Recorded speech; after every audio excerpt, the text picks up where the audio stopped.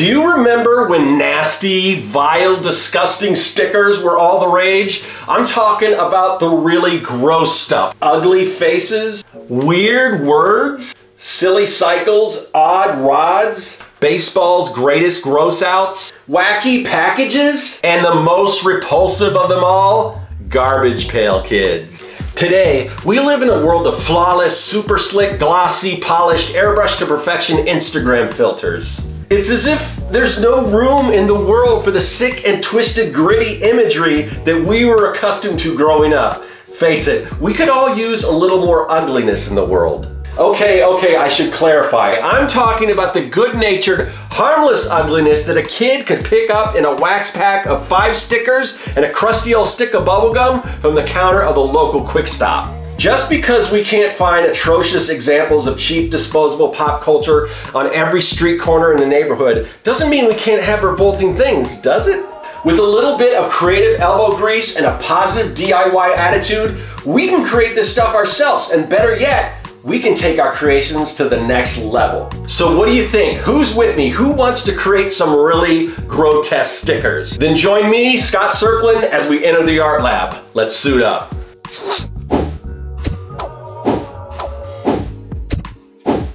So, our goal is simple. Take all of this disgustingly good inspiration from the 70s, 80s, and 90s and use it as fuel to create the most disgusting sticker set ever created. But first, we need to set some ground rules. The rules of this project are as follows. Rule number 1, respect the original. We want to recapture the look and feel of the pop culture memories that we hold so dear. Rule number 2, we'll use common everyday materials to build our projects. Now, I may use a particular type of drawing software, but if you want, you can draw by hand. I might use a Cricut machine to cut things out, but you have the option to use an X-Acto knife to achieve the exact same effect, though it might take you a little longer.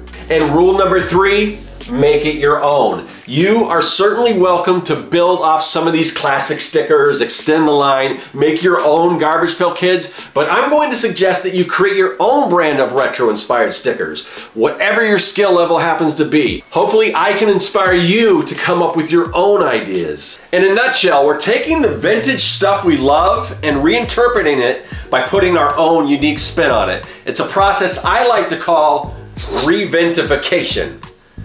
I'm still workshopping that, but I kind of like it. Okay, let's talk materials, and I am going to leave a list of affiliate links so you can find these items yourself. But feel free to use whatever tools you like. Here's what I'm using. First, you're gonna need something to draw with and to draw on. If you're working traditional, pencils, pens, paper, sketchbooks. If you're working digitally, I'm using an iPad, but you can use any tablet and stylus. You'll need standard letter size heavy cardstock, vinyl sticker paper. Make sure you get the right paper for your printer, whether that's an inkjet or a laser printer. We're gonna need something to cut out our stickers, a Cricut or Silhouette machine, or if you wanna go the hand cut route, you can use an X-Acto knife and a metal ruler. You'll need a desktop printer, laser, or inkjet, depending on the type of sticker paper you have. And last but not least, some spray adhesive. Now that we have our materials, let's think about the kind of stickers we wanna create. Using some classic inspiration, let's ask ourselves, what's come before? Creepy creatures, bizarre lettering, freaky vehicles, strange sports figures, wacky products, disgusting dolls? Now let me ask you a question. What is the one thing that people have the most gut reaction to? Something that taps into their senses of sight, smell, taste, and really grosses them out. You guessed it, food. Think about it. Everyone has foods they don't like, foods that make them want to gag.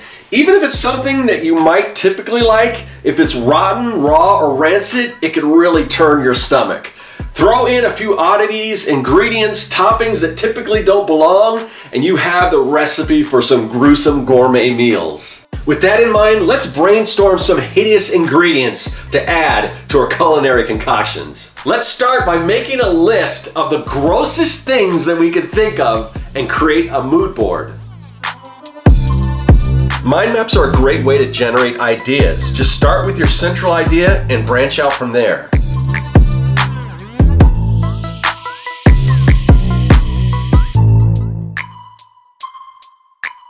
Okay, we have our mood board. Yeesh. You know, out of context, this is some really disturbing stuff. Mr. Circlin, do you care to explain this? Detective, look, I swear there is a perfectly rational explanation for all of this. You know what? Just to be safe, I think what I'm gonna do is commit these ideas to memory and dispose of the evidence. Now that we have plenty of ideas, it's time to put them to good use. Let's bust out the iPad and get to sketching. Remember, you can use whatever tools you prefer. Pencil, paper, there's no right or wrong way to create art. I'm using the Procreate app to sketch out a few ideas. I'll just tighten up these sketches, adding a bit more detail with every pass, starting light and getting darker as I go. As vomit-inducing as this popsicle is, if they actually made a popsicle like this with gummy worms and candy eyeballs, I'd probably eat it.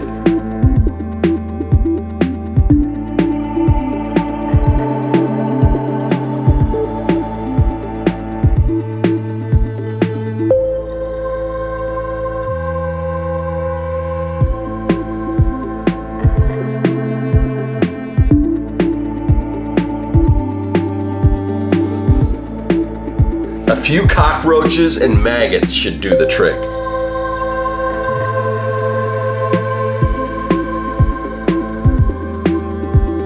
Now to tighten up these sketches by adding a new layer and finalizing the line art.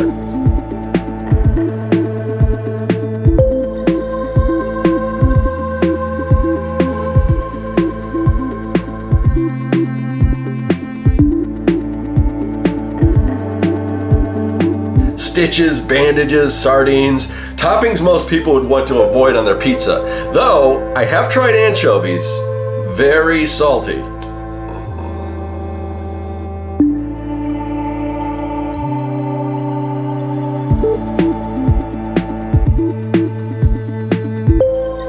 I'll add a few more shards of glass on this popsicle. You know, I think I've changed my mind about wanting to eat this. And finally, time to add some color. I really want to bring out those rotten vibes, lots of greens and purples. I want these dishes to look moldy and bruised.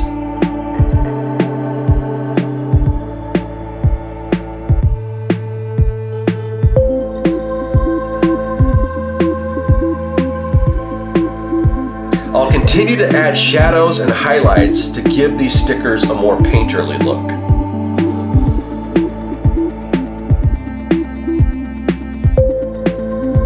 Garbage Pail Kids, eat your heart out. With our illustrations complete, it's time to head into Photoshop and lay out our card design. Now we have the 9 illustrations that will make up our sticker pack.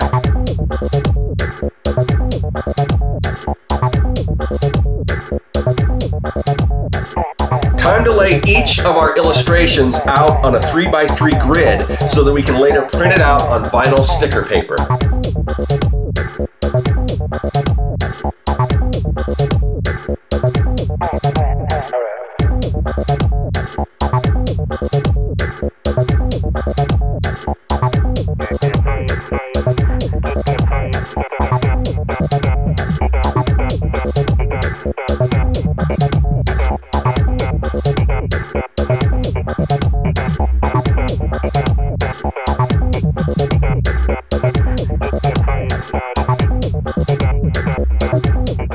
So what about the backs of our stickers? Some cards and stickers have fun facts, checklists, or even puzzles.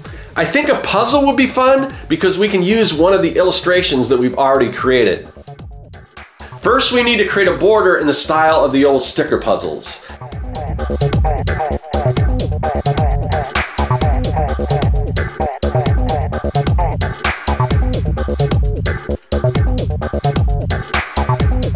Truth be told, I am pretty happy about this brain burger puzzle.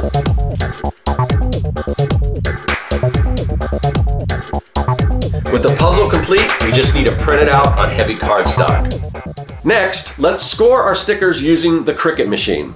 If you don't have a Cricut machine, you can use an X-Acto knife. Just be careful not to cut all the way through your paper. If we're using an X-Acto knife, we want to emulate a kiss cut where a sticker can be peeled off the card, but the card stays intact. This can be a little bit tricky. This could take some work. In my art school airbrush class, we used to practice cutting out Frisket masking film with an X-Acto knife on a balloon. Let's see if I remember how to do this.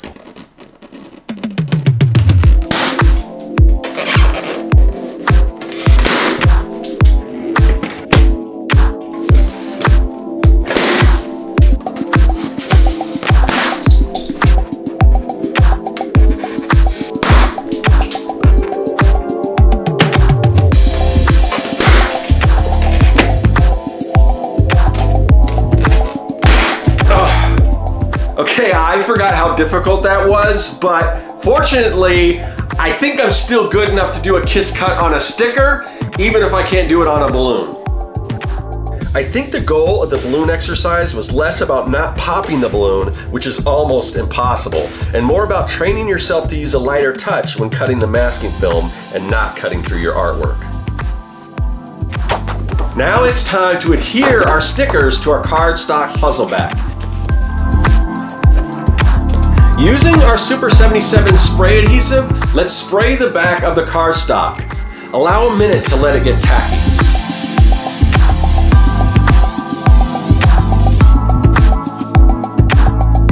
Carefully place your sticker sheet atop the cardstock.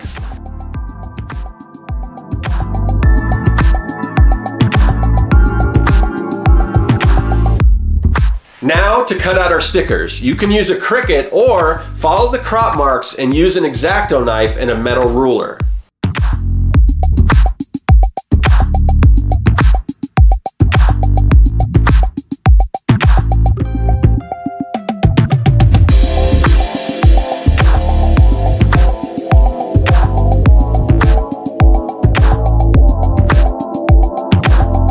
Now let's pop these stickers out.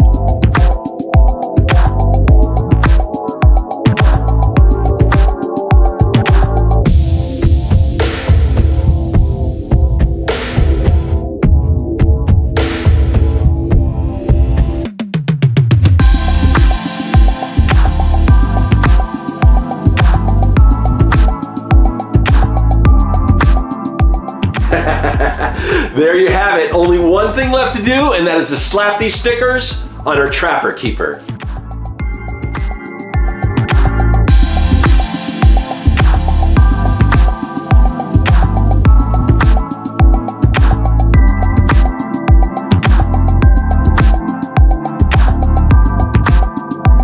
Man, this takes me back.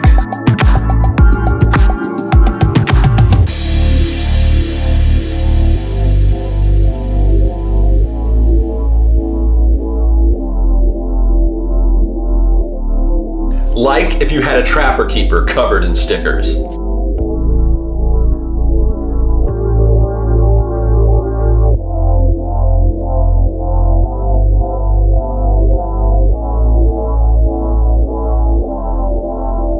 What were some of your favorite stickers growing up?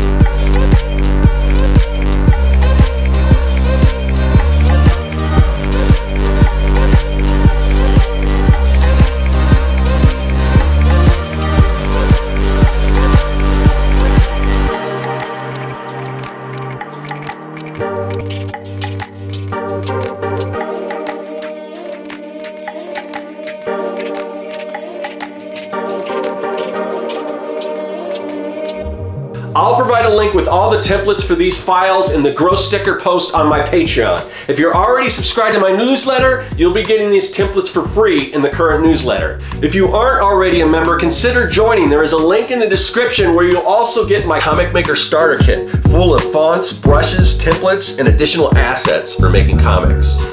That was a blast from the past, but let's talk about the future. I mean, we can't just stop at stickers. We need to create some packaging for them.